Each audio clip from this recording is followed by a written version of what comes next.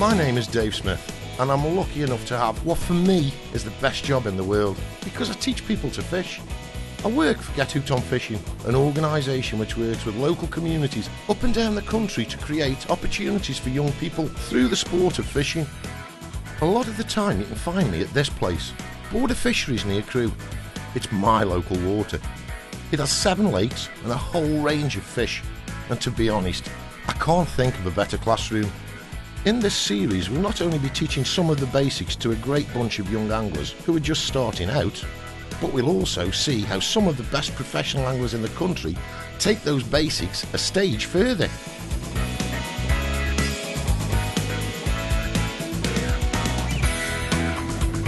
Here we are at Border Fisheries on the Specimen Lake on a rather overcast and slightly wet April morning. The stocking in the Specimen Lake is perfect.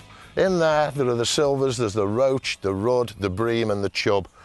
And also somewhere in the depths is a perch of 5 pounds and 5 ounce. And over the next 12 months, I'm going to make an appointment with that guy. But for those anglers that come out and fish for the first time with a rod and line, probably the first system you use is the waggler. Today, we've got some young people from the Sir William Stanley School, including Nathan and Darren. Also with them as the teacher, Gemma Bailey, who despite never having fished before, has become a much valued supporter of our scheme. What it actually is the tubules that are on the head of the bream here, these little white marks, these little white raised areas, actually signify that in the case of this male fish, he's now coming into his breeding condition. Oh yeah. So obviously that's telling us that the water temperature is warming up. But you have to pull it back now before you... Yes, we're popping back now.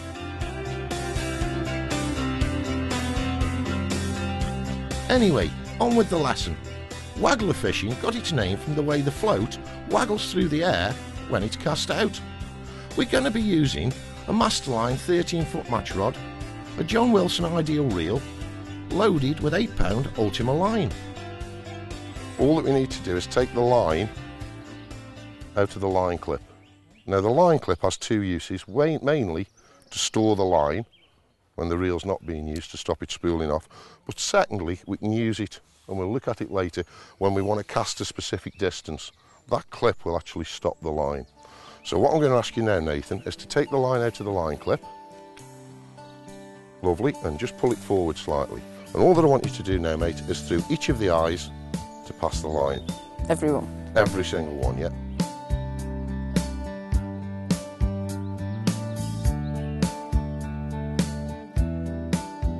Now, as I've said, with the waggler, straightforward float, they come in many different shapes and sizes. So what I will ask you to do, whoever wants to do it, is to take the line now and pass it through the tiny little eye on the bottom of the float. Okay? Perfect.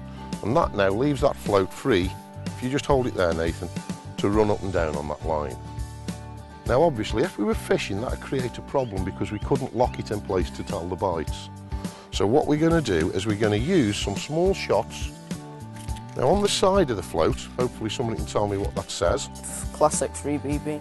3BB. Now the BB relates to the shot. Shots come in various sizes, each size has a designated weight.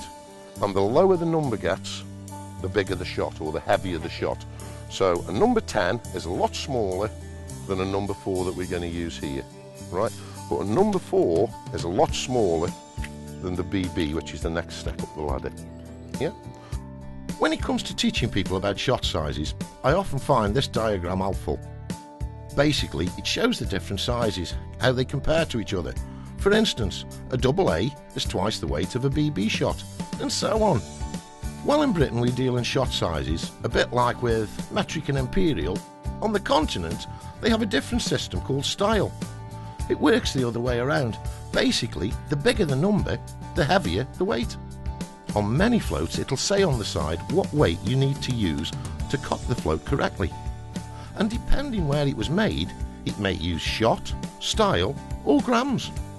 A simple table explaining all of this can be found on the Online Fishing TV website, so you can peruse it at your leisure.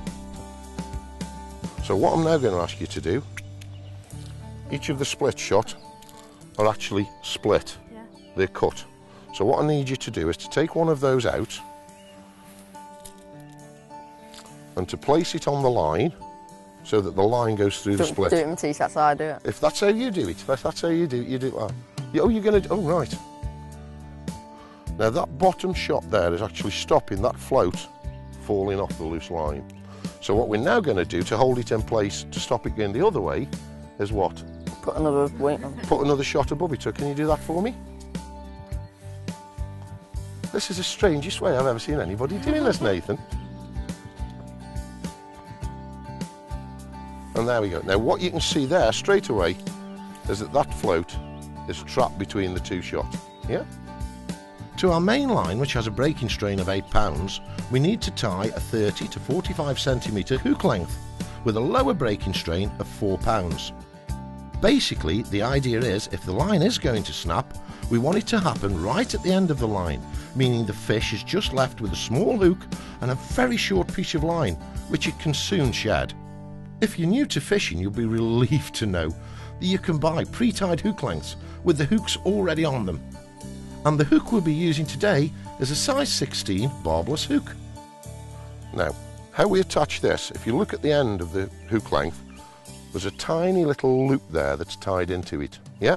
And we attach that now with a knot known as a half blood knot, which means we go through the loop, when your eyes work, we go through that loop there, so that the hook length now is sliding on here, and all that we do is we tie a half blood, which is basically just winding the line around itself and then bringing the end of the line back through the loop that's being created, like so. And then what we've got, as you can see here, is a loop that will pull together slowly. Now, because it's monofilament line, nylon, if we pull nylon tightly against itself, it rubs and it deforms. So what we do is we're going to wet it. We can do it with water or we can do it with saliva. But what that does is it cuts down the friction, the forces of friction between it. And by doing that now, we can close that knot right down, and you can see there now we have a lovely joint in that line. Don't worry if you've had any problems remembering any knots, because details of all the ones we use can be found on the Online Fishing TV website.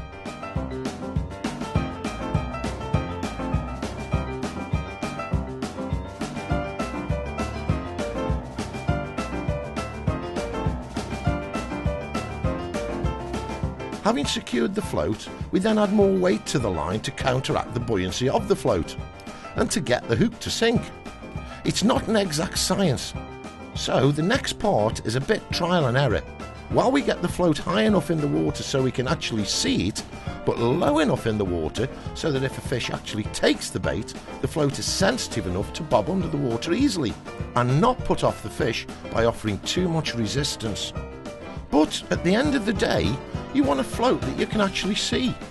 So if you're starting out fishing later in life, don't be worried if you haven't got hawk-eye vision. Always remember, fishing is about enjoying yourself, not being superhuman. And if you can't see your float, then you can't see the bite either. Right, so what we've actually got now is we've got the float that's trapped between the bulk of the shot, and the bulk shot there is purposely to get the weight, to get the float out into the water and to set it straight away. And then what we've got is two smaller shot, and the very bottom one is classed as a dropper, because what that does is it drops down with the bait. And when we put that into the water now, what you'll see is you'll see the float set originally to something like that, and then as the dropper shots go on, it will step down to the depth that we're going to be fishing it at. So I think the easiest way now is if we just pop that into the water and we watch for that to happen. There it's at height, and now you'll see the droppers take effect. And there we are. We're down at the height we want to be fishing. Now hopefully that is going to be visible at the distance we're fishing at, and also we know, because we've put a shot on and taken it off, that one tiny little number 6 shot, which is half the size of the ones that we were putting on originally, Nathan, is sufficient to take that float under the water. So all that it needs is a fish to apply the same pressure as that would on the line, and the float goes down. What we now need to do is establish, because we can see where the surface of the water is, establish where the bottom is. So the idea is, what we do is we attach a plummet. And a plummet is nothing more than a weight to take the hook straight down to the bottom. Modern plummets actually contain either a cork insert or a cork area within the plummet that you can actually take the hook through the top of the plummet and set it into the cork. Okay, now what we need to do is, if we drop this in, and we'll just do it in the margin to show you, and you will see that the float is actually sticking proud of the water, which tells us that the water there isn't particularly deep. If we now, quite simply, while it's in the water, just move it forward a few inches and lower it back in, suddenly the float has disappeared. You can see it just under the surface. That's right, you can, Gemma. You can just about make it out. Now that is telling us that the difference in that foot we've just moved is probably about 4 inches of depth. Yeah? Time for a bit of trial and error again, as we make sure we're putting our hook in the spot where we think the fish are going to be. In our case, it's about 20 feet straight ahead of us, where it's about 4 feet deep, because that's generally the depth of water in this particular lake where the fish usually are. Basically, the plan is to start fishing with the hook just on the bottom. Then, if that doesn't work, we'll move the hook further off the bottom, trying different depths until we get it right. The most sensible thing to do, if you're new to a venue, is to ask a local bailiff or another angler, where's the best spot to start fishing? It's certainly what I do. When plumbing up, I can tell how deep the water is by adjusting the float up and down the line until it is at a position on the line where it's just starting to float. And to make sure I then cast the right distance every time, I put the line in the line clip we mentioned earlier, so that when I reel in and cast out again, the float's going to go exactly the same distance and no further. To make sure I'm not going too far left or right, I use something on the far bank to line up with. In this case, it's simply a tree. I now know I am right at the bottom, so I'll make one final small adjustment to the float, just a couple of inches, so that it's easier to see. It can sound a bit complicated, but this is about as complicated as fishing gets, and with a little practice you soon get used to it. Now, we've already been feeding the spot where we're going to be fishing with sweet corn, and with all the hard work now done, all that remains is to put some bait on the end of our hook. In our case, a bit more sweet corn, and away we go.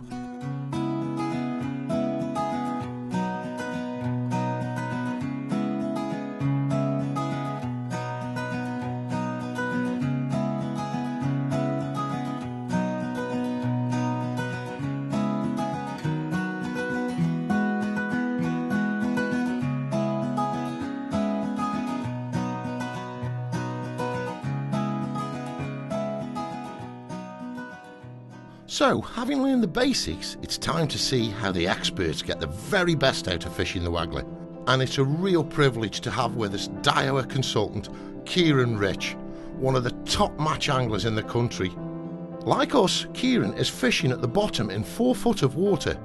But unlike us, he's fishing much nearer the far bank, and he's also using hard pallet for bait, which is too hard to put on the hook, so he's attached it to the hook using a hair rig, and the pallet is held in place with a pallet band.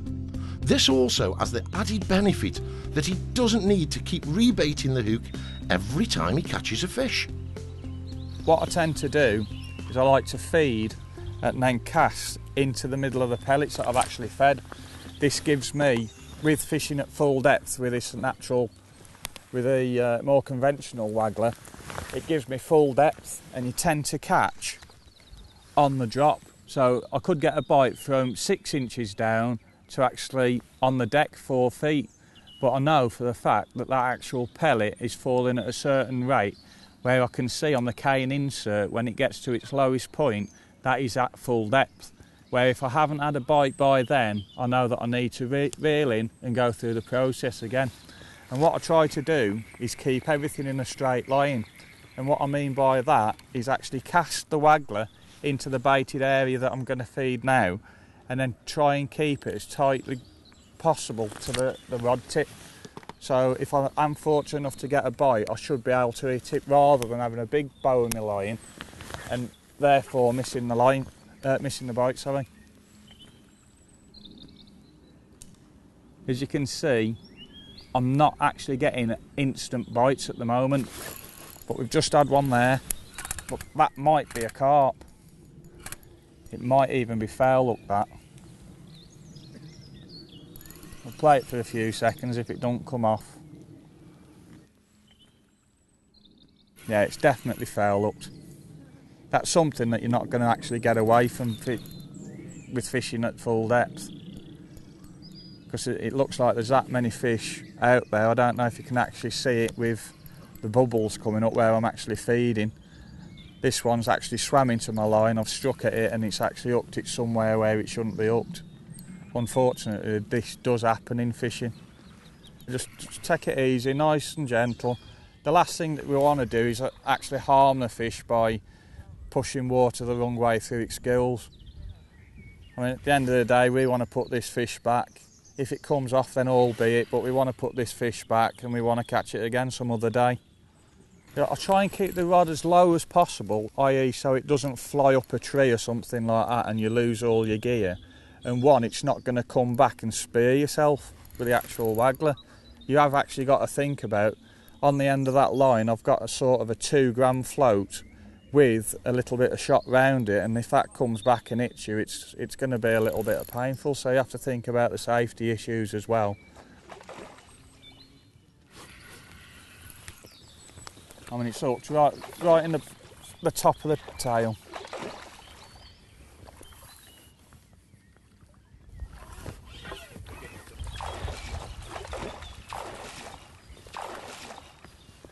I mean, in a match I'd be called the luckiest person on the planet for getting that one in, but we took our time with it, didn't put any extra pressure on it, anything like that. You can see it's a good fish, it's not got any damage to it whatsoever. We've just been lucky from a match point of view to get that one in, because that at the end of the day could win you the match. As you can see, it's a good chunky fish, not a mark on it again. Absolutely beautiful. Like I do always, lower it back into your landing net, take your time, lower it into your keep net and basically go through the procedure again.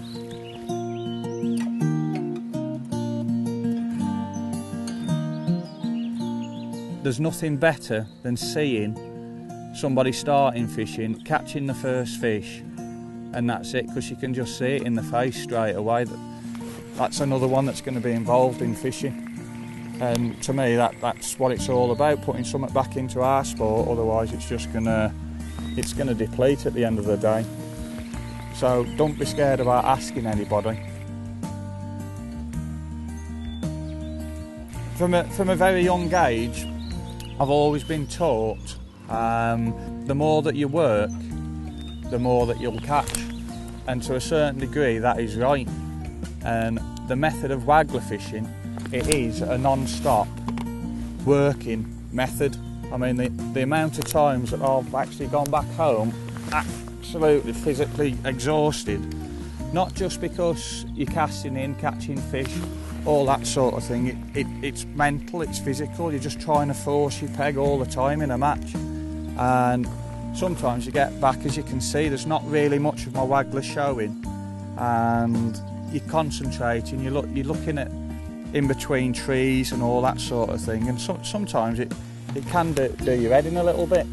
But, I mean, that's getting up to the higher level. But pleasure fishing, as long as you keep feeding, as long as you keep trying it and working at it, you will get the rewards. That's what it's all about. Keep feeding fish, keep casting, keep trying different things. I mean, as you can see, I've not really caught anything for like the last 3 or 4 casts.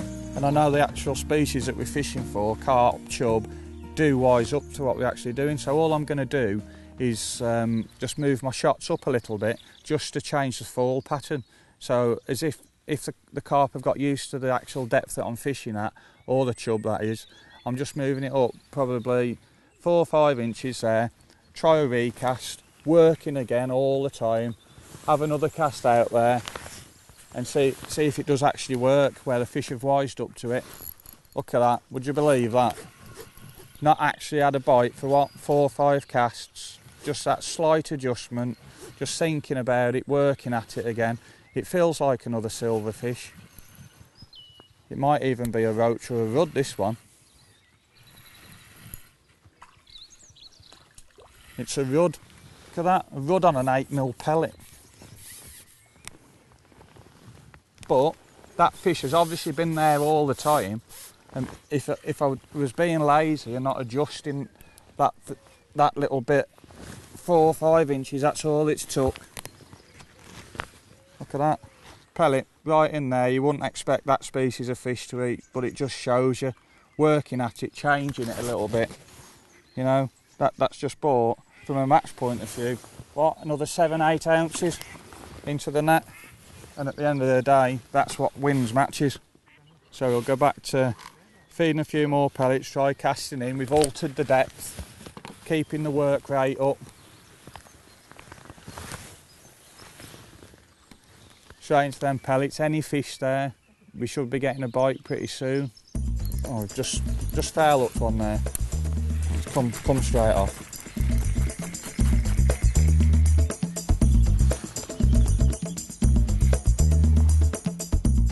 I mean, I'll just try and demonstrate to you there. We'll go the other way now. So if you can remember, we've just put 4 or 5 inches on. We've caught an extra fish. We've just foul hooked a fish there, so it might be that they're flying into the bait. So what I'll do now is take the amount of depth back off it again, and I'll take it a little bit more as well.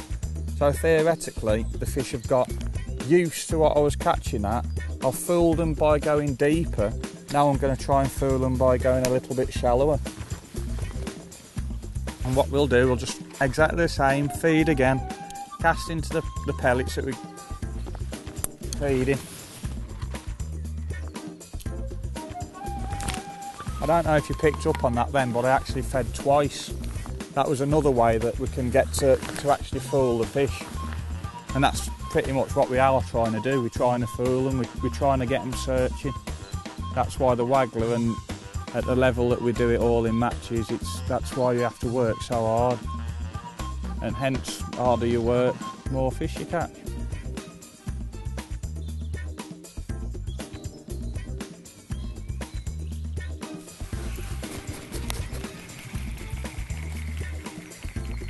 I mean, this time I'm not going to feed at all. Just see if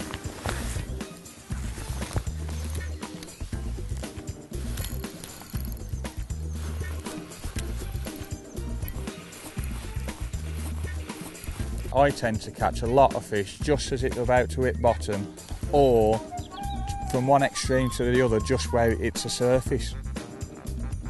But it's another rudd, and they all count.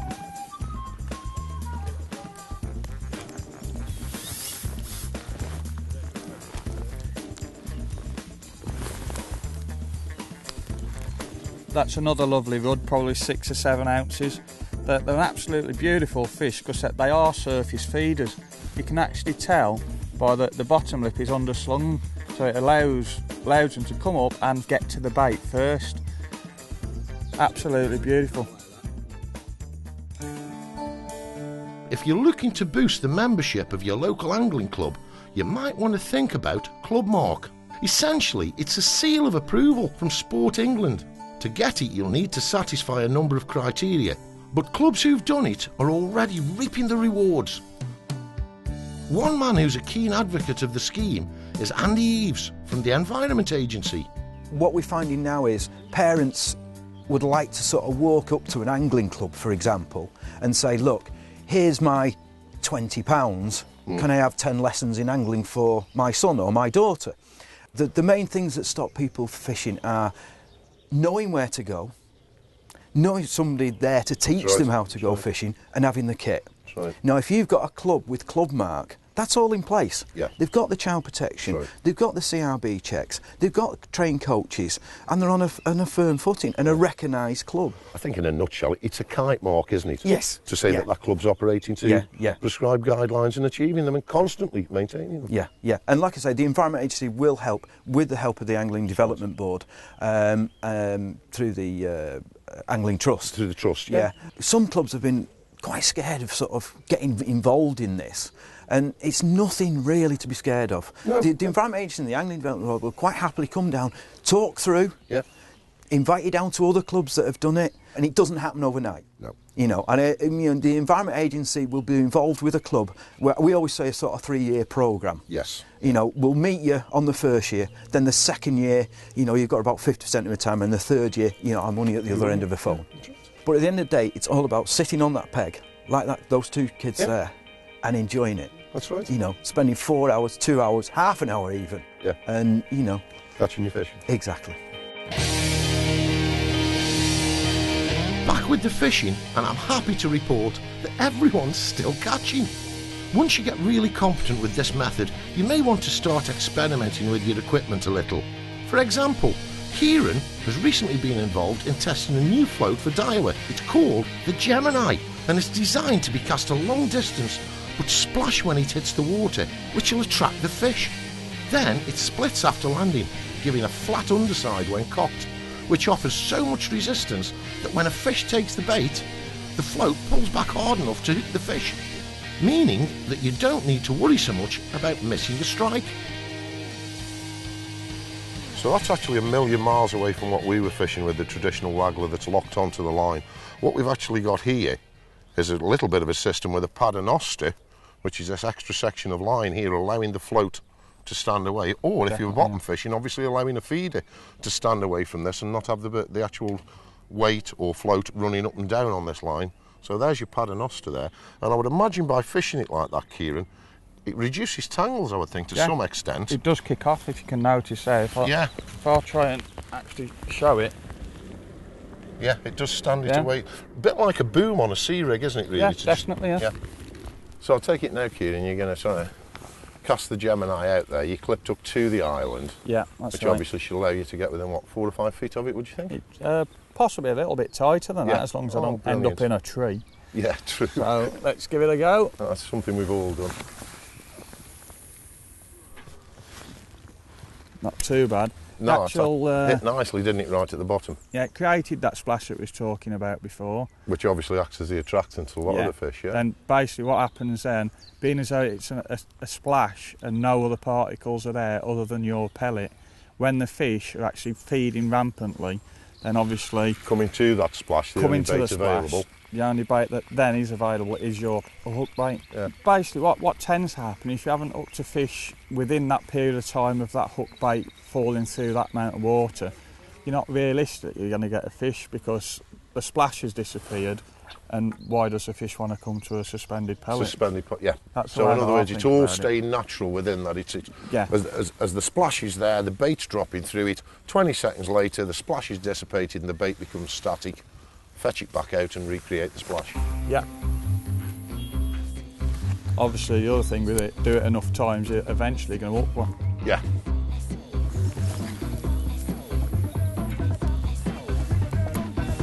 And after 4 more casts, bingo! There we go, look at that. See how it pulled the rod? I don't know if it actually... takes the tip. Very similar to the method, doesn't it? Definitely, Where it actually bolts itself on. Yeah. Because it's come to the splash, it's actually found the one particle The one bait bait. that's there, yeah. And obviously it's got no choice. If it wants to eat something, that's the only thing that's there. That's right. That's the beauty of the float. And I think at the end of the day, Kieran, for anybody who thinks that sort of fishing in the surface layers is only a summer event, we're actually now sitting here, and some of this is actually hail. I know. There are hailstones now bouncing off me, which I think is probably a key for me to go and get my jacket, Kieran. That's a good idea. While you land this fish, mate. Right. Oh, it's only come off. Also enjoying the great British weather, which I'm glad to say eventually subsided, is Kieran's dad, Fred, who, unlike his son, is far more traditional in his choice of equipment. Well, this is my father's reel. and I would estimate it to be about 45 years old. That's amazing. I actually recognise the reel because I did have one. Yeah. It's the Mitchell 300, isn't it? That's right. Beautiful reel. Cutting edge at the time. Yeah, at the time, yes. That's right. Right, well, this is that was my dad's original rod, and that, believe it or not, was the first waggler rod that I ever had. My grandfather bought me that when I was a very young age. I can't remember exactly what age, but as you can see, it's changed a little bit, innit? I mean, just even looking at the blank, Just the profile of the blank is the completely balance different. of everything. Yep. If I remember right, there used to be some lead stuck in the back of there. Just to act as a counterbalance Yeah, against just, the weight of it, yeah? I think it was because the reel was so heavy at the time. Yeah. But obviously with the technology that I've got now, the rods are so much lighter. I bet that one would be at least 7-8 ounces without the reel on it. Yeah. I think that one's only about 5.5 ounces. Yeah. And then the reel's probably 6 or 7. Yeah. I'd hate to think how much that Mitchell 300C weighs. Yeah. But that just shows you the technology of fishing, doesn't And it? what about the difference in the action of those two, Kieran, having fished with them both? I mean, going back to the Shakespeare on there, the action's so much stiffer. I mean, Yeah. that rod is actually a foot longer than the one that I'm actually using. Yeah.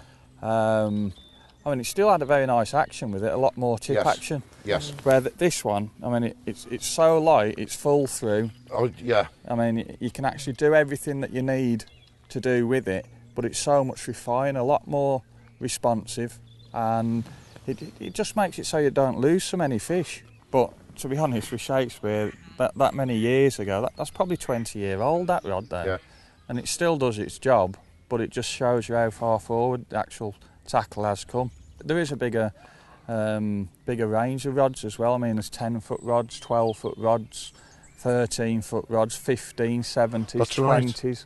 I mean, when I was a lot younger and I had bought that rod, that was it. Bought a 13-foot match rod, job done. That's right. End of story. It covered one all, didn't rod. it? One rod did the lot there. That's right. And if you wanted a feeder rod, then you just had a feeder rod. That was it. It's lovely to see it here like this, and it's even better from my point of view to see you with Kieran, you know, and keeping up this ethos of father and sons out there enjoying the sport. I'd let you have a go with that one, but I'd lose it. So, I think we'll just leave it at that, and you can go back to them if you want. Thank you very much.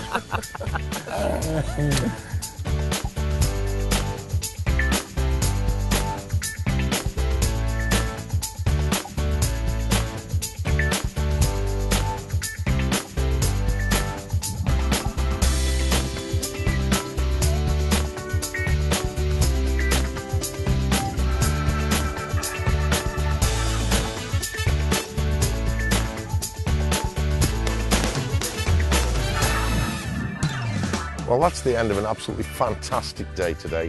We've seen the young anglers on our scheme come out, set up the equipment and catch the first fish on the float. We've seen Kieran fish it and take it to a different level. The great thing about this technique is you can use it on rivers, on canals, on lakes, on huge reservoirs and even small pools like this. Once you've mastered the waggler, it opens up a whole new dimension to your fishing.